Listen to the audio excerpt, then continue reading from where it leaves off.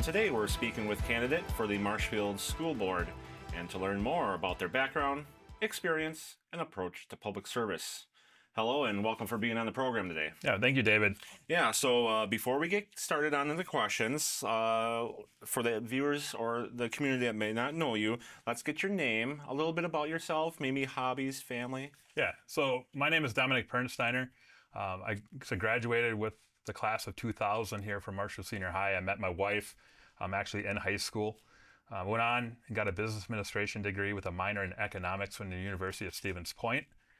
We came back to Marshfield to settle down and raise our family. I have a daughter currently right now that's in our high school and a son that's wrapping up his last year at Nasonville Elementary School. In our free time, our hobbies, right? We enjoy mountain biking, just spending time in the outdoors, hunting and fishing. We're a very outdoor active family, and that's really what led us to the Marshfield Mountain Bike Club that my wife currently is now the head coach of. Okay. So, and I help maintain our trails out there at School Forest and for the team. And then why I'm running is that my son, early on in his start of his career and his education, he struggled. And it come later on, we found out he had dyslexia, he has ADHD, and those challenges really made me stop and reflect and look back at our district and some of the decisions that we made and the implications that it had on not only my son, but our students overall, our teachers, and also in our community. And those outcomes and those negative outcomes and how impactful that was. And that really was what shed light. And that's the reason why I'm running. And I think it's very, I think everybody should know, really that's what differentiates me for a lot of the candidates is that I truly have a passion. I see where we have some needs in our district. And I have a plan. I feel that will work to get us back on track. Sure. Well, that's going to lead me into my next question. You talked, you're a parent yourself now. Yep. You've got kids in the school district. What experiences, professional, parental, or community-based, what do you think best prepared you for this role? Yeah, I mean, my experience at rail transport, I've been there now for over 21 years. It's going to be 22 years actually in July. And I am in a leadership role. I've been in a leadership role pretty much my entire career. I oversee our Northeast dry van operations. I lead and direct a team. So I have those experiences and what it takes to be an effective leader. And I feel like on the school board, we really need to have leaders to step up and to run because it takes leaders to lead. And my strengths in looking at problem solving, strong decision-making skills, my analytical background, I mean, I look at data all day long to formulate action plans to drive results. I'm constantly studying the market, dynamics of the economy to drive a market analysis of my market. And it was this background, these strengths is what led me to find out, to look under the hood, so to speak. And I performed a data analysis on our district when I saw my son struggling. And that's what really made me see the outcomes of the decisions that we made. Right. So you touched base a little bit there. Was there any specific moment or issues in the Marshfield School that made you decide, I need to step up? Yeah, it was just when I did that data analysis, right? So when I saw my son struggling and I raised the hood and took a look underneath what we were doing in our district, that kind of really shed light on the decisions that we made, and that's our decisions with our leadership, and then the outcomes. And we'll share a little bit more about that later on. But that really was the moment that that reflection of looking back and taking a real hard look at our district and some of the things that we were doing really is what prompted me to run. Sure.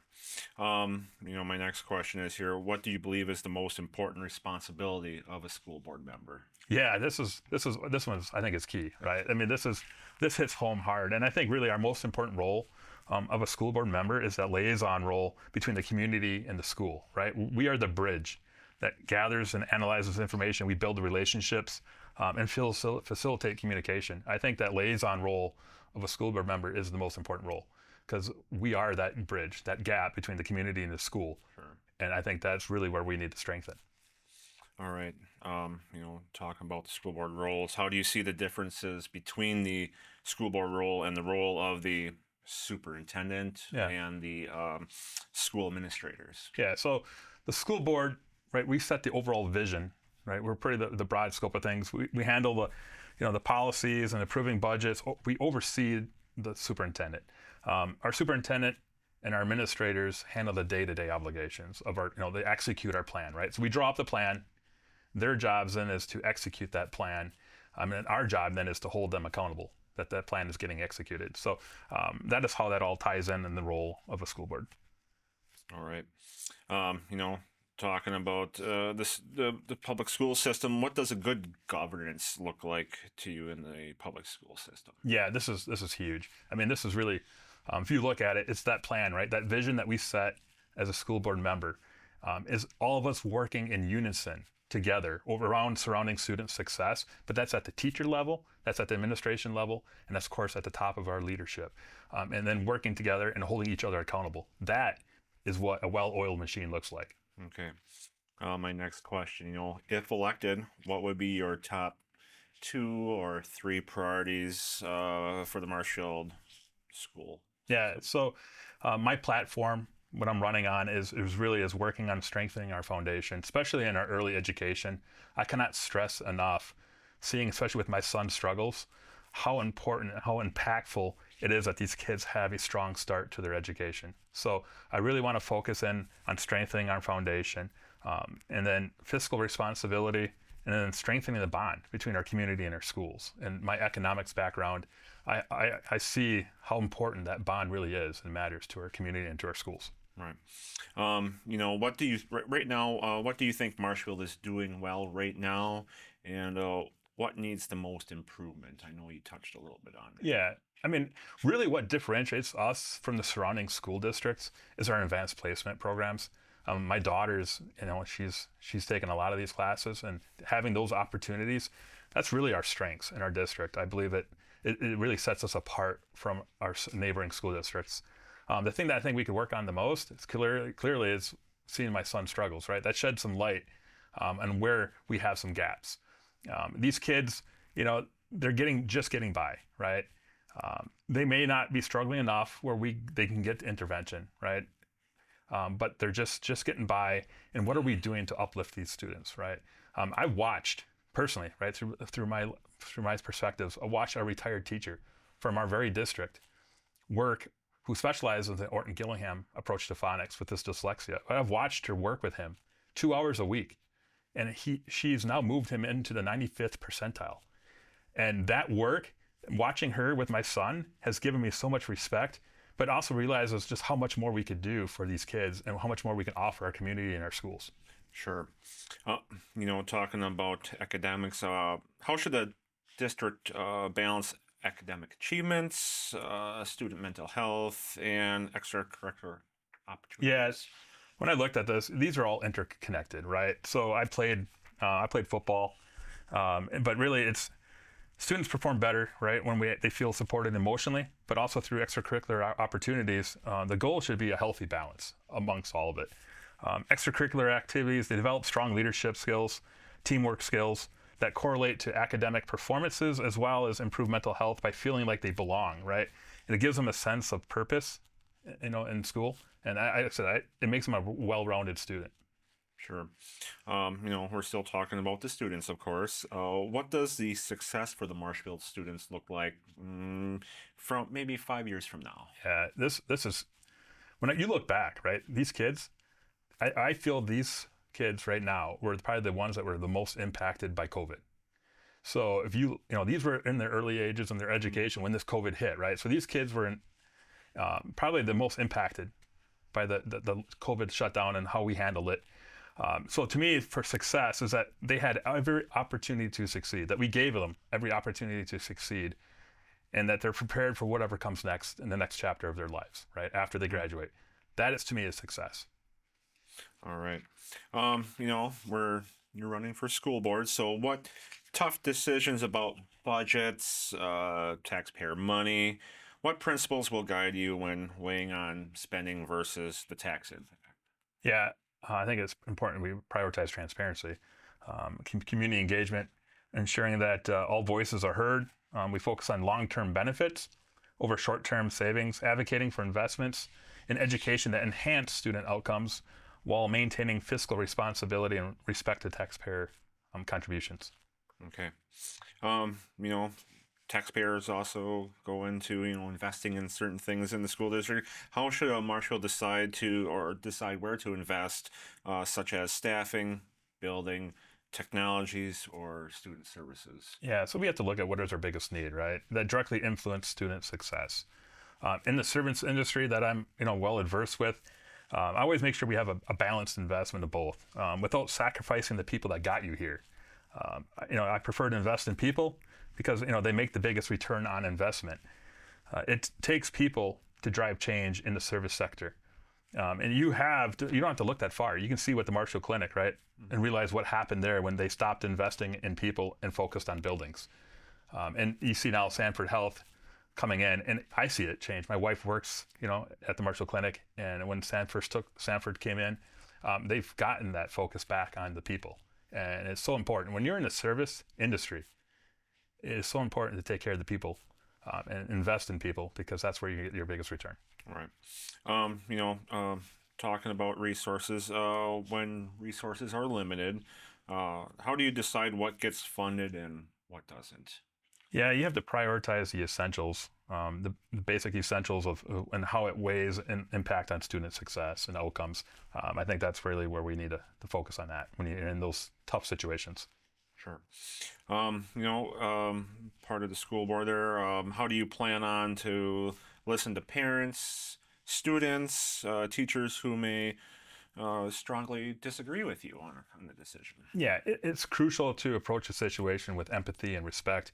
I always try to put myself in their shoes, so you get a better perspective, ask clarifying questions to understand their viewpoints, identify areas where we both agree, and it also help bridge that gap, make conversation more constructive. Ultimately, it makes them feel heard, valued, reinforcing the importance of their input in the discussion. Sure. You just mentioned a little bit something in hearing this last question there. What does transparency mean to you when it comes to the school board decisions? Yeah, transparency is so important. It builds trust, ensures accountability and fiscal responsibility, being open and honest, sharing our success, but also sharing our failures. What steps are we taking to correct it? This ensures that everyone feels informed and involved in the process. I think as leaders, in my personal experience as a leader, not only should we share our successes, but a true leader also acknowledges their mistakes. Sure. All right. My next question there, if a controversial issue divides the community, what role should the school board members play? Yeah, this goes back into that liaison role, right? An example of this right now is playing live today is the referendum. You couldn't be more divided on that. It was pretty much equally split 50-50. So you're seeing that right now play out live in our district. And I think that role as a liaison between the community and the school is so important to bridge that gap and just make sure that we are being transparent and have that communication. Sure. My next question here, what core values will guide you on your decisions on the board? Yeah, and this is accountability is truly should be our core value. All great leaders use accountability. It fosters trust, integrity, transparency. It promotes growth, encourages open communication, and strengthens leadership. Sure. Well, we're getting towards the end, but we'll have more opportunities for you to give what you need to say here. So my next question is, can you give an example of a difficult decision that you had to make in your life and how you handled that? Yeah, I mean, when you're in a leadership role, I think the most difficult decision is whenever you have to make a staffing decision. And you have to allow for the short-term impacts, or you can't let the short-term impacts affect your decision-making over the long-term strength and health of your team. Sure. All right. Well, I only got 2 more questions left on here, so we got a little bit of time left. So the most important question is what I'll say is, why should Marshfield voters trust you with their schools? Yeah. So this is my home, guys. I mean, I've been here. I have 8 nieces and nephews as well in our district. So Marshfield has always been, the roots run deep. I firmly believe teacher and student success equals community success. My economics background gives me vital insights on how this bond between school and community can be strengthened. I develop action plans that deliver results through data analysis, but I also empower those around me, encourage communication flows from the bottom up. That's how we make informed decisions. And I want to make sure that everybody's aware I'm not taking endorsements. I welcome all supporters. When it comes to education, we must remain nonpartisan. I truly believe that, and especially in their decision-making process. Our focus really should be on students, teachers, and community success. Sure. All right. Well, that brings us to the end of my questions here. And my last thing here, as I ask everybody, is there anything else you would like to tell the voters that we haven't covered, or a question that I haven't asked? Yeah, I like to share at this time the data and some of the stuff that I've uncovered, and just a PowerPoint presentation if we could. Yeah. Just to kind of share some highlights of some of the things that I've seen in my plan, my action plan, what I could share with the community. Sure. Yeah, go right ahead. Okay. So, it's really keying on strengthening the foundation.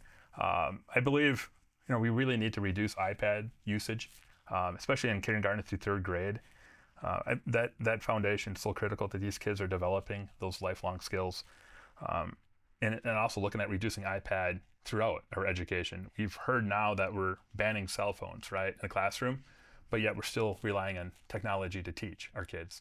So we recognize that cell phones were a distraction or detrimental to our youth, but then we also allow them to still having Apple Watches, in the classroom, and I think those are just as distracting. So, and next is to really, I want to review our curriculum in our kindergarten through sixth grade. I really want to make sure that the things that we're doing those impacts are working, right? And that involvement, I need our teacher support in that decision process.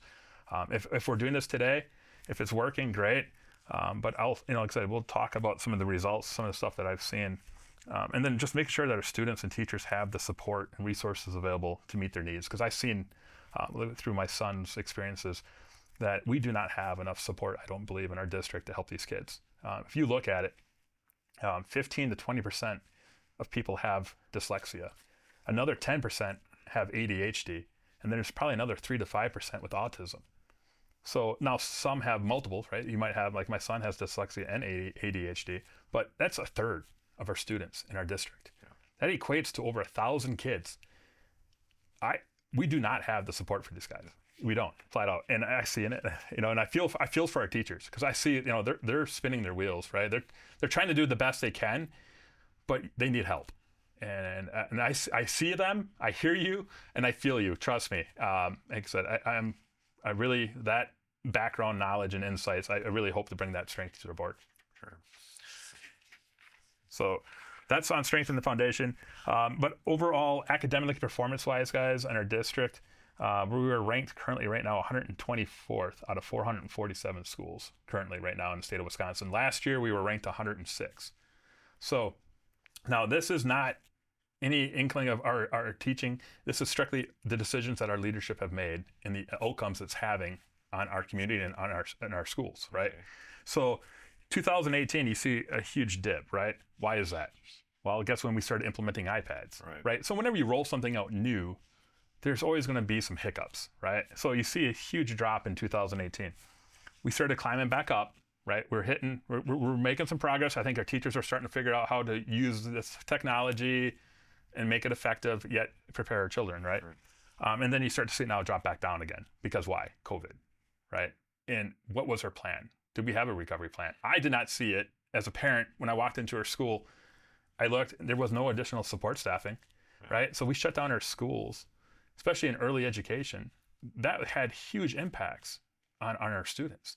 And to see that we just came back from it, really, I didn't see a recovery plan. We should have had some additional support staff, to help these kids that were struggling, that were not caught up, that were going to need some additional help. And when we got $7.2 million in COVID relief funding, how did we use it, right? And then just to talk some about our math proficiency by school district here, by our schools. Right now we're ranked, we have 43% in our district for math proficiency. The Wisconsin state average is 40%. But we have some schools in our district that are phenomenal. And I called it out. I went to the school board meeting, and these 3 schools in our district are performing well above. They exceed expectations when you look at the DPI scorecarding. Washington Elementary School, their math proficiency is 60 to 64%. Remember, the state average is 40%. Yeah. They rank actually in the top 10% in the state of Wisconsin. So we are doing some really good things. Nasonville Elementary School is 55 to 59% for math proficiency. Grant Elementary School was 55%. for math proficiency. And I spoke to each one of these administrators from these schools, and I laughed because each and every one of them all had the same thing. They all said the same thing. It's my staff, right? It's my team. Mm-hmm. Great leaders surround themselves with great people, right? And it's through accountability. But then you look at our Marshfield Middle School right now, 33% math proficiency. We have now extended math in our middle school in 7th grade, and we made it 1.5 credits. Because why? We recognize that those decisions that we made, we didn't have a recovery plan. It's now impacting our kids. Yeah. And so now we're trying to play catch up, right? Marshfield High School, 30% math proficiency. So think about that. That's 30% of the kids are proficient in math at grade level in our district. These are the kids I was talking about that have been impacted the most by COVID. And our lack of a recovery plan. Like I said, this burden has landed squarely on a teacher's shoulders. And my hat's off to you guys, because the work that you're trying to do right now to play catch up, these teachers are they should be supported. And I think so much that our community and parents understand that these decisions weren't their decisions, that these decisions were made by our leadership. And then talking about reading proficiency, right now we've grown, we've climbed, we're doing a little bit better there. We're at 49% in our district compared to 38% in the state of Wisconsin. So the state of Wisconsin has actually decreased. We've increased. And I think a lot of that's getting back to phonics, right, early on. But once again, Washington Elementary School leading the way at 60 to 64%, top 10% in the state of Wisconsin for schools. Nasonville Elementary, 50 to 54%. And then Grant Elementary is at 54%. So these 3 schools are remaining very strong. So it tells you, right, it's the accountability, and it's the staff that they have that are working together. Right. And then Marshfield Middle School, 45%. Marshfield High School is at 53%. So we've come a long ways in our math proficiency or reading proficiencies. So we definitely improved there as a district. And then the fiscal responsibility piece of this, guys, is that we really got to look at the pipeline, right? So we have to, any great leaders, any great team, Coach Lukey, when I played football, what did he do, right? You look at our basketball program right now. All great coaches develop the pipeline, right? They look at the pipeline. That is how you sustain future success. And it's working. So if you look right now at our pipeline, right, this is our education. These are our kids, our enrollment numbers. Part of this fiscal responsibility is you got to know, if you're to look upstream so you know what impacts downstream you have to have coming. Right. And if you look right now in our district, our kindergarten through 3rd grade, compared to what we currently have enrollment in our high school, we have 328 fewer kids right now. So basically, once these kids leave the high school, we're going to automatically be having 328 fewer kids. That's going to equate to over $5.5 million in funding, probably. Yeah. And then you look at our enrollment numbers. Our enrollment numbers continue to decline. You're seeing fewer people enrolling in the district, and you're seeing more people leave the district. So that margin, that gap is shrinking, right? And that's funding, right? 212 kids left the district in the year 23-24, right? These are kids that are in our district, are choosing to go elsewhere, outside our district. We still have to pay those districts money. Yeah. So we paid out over $1.8 million to these other school districts because of kids leaving our district. And you have to ask yourself why, right? And if it's hard to fix what you do not know, right? So we should be reaching out to these families to find out exactly why they're leaving our district. But that's going to create a huge financial burden. We've got to start planning for the future. And then, like I said, you can see, I post the stuff on my Facebook page too as well, but the school district itself, the mapping of the school districts around us, and you can kind of see how they have them, laid out. I mean, it's pretty, if you look, it's really weird and awkward how they draw the lines and borders for our school districts. And I think really part of that fiscal stuff that we're talking about is we really need to look at either consolidating or look at redistricting in our district. I laugh because I live in our school district today, right? Of course, because I can't run for school board if I didn't. But I drive further in our own district than Spencer is located in Marshfield. Jeez. So think about that once. So we have, you look at a lot of these rural schools, their enrollment numbers, they're struggling because small business family farms That's something that's shrinking, right? You're not seeing that. But the cost of living, people aren't moving out to the country. And it's too expensive for young families, and so you're seeing that really shrink in those neighboring school districts. And if we could combine resources, we could really strengthen our schools and save the burden on our taxpayers. Sure. And then, like I said, enrollment numbers, I already touched base on that. And it's just really, there's one slide, and I'll post it, but it's everything we do is student-centered focus. The family, school, and community circles that, right? We all play a role on student success, each one of us, and it's all should be an equal role. But how do we do that in the community? To strengthen that community in the school, it's improving transparency by being open and honest, and also about decisions, actions, and outcomes. Empowering our educators, right? I want to empower our educators. I want them to be involved in this process. They're the ones closest to the work, right? You're the ones, that I value your input, because for me to make an informed decision, I always seek to make sure that decision is an educated, well thought out decision. So, and just collaborating with our local businesses and families to encourage engagement. Mm-hmm. So.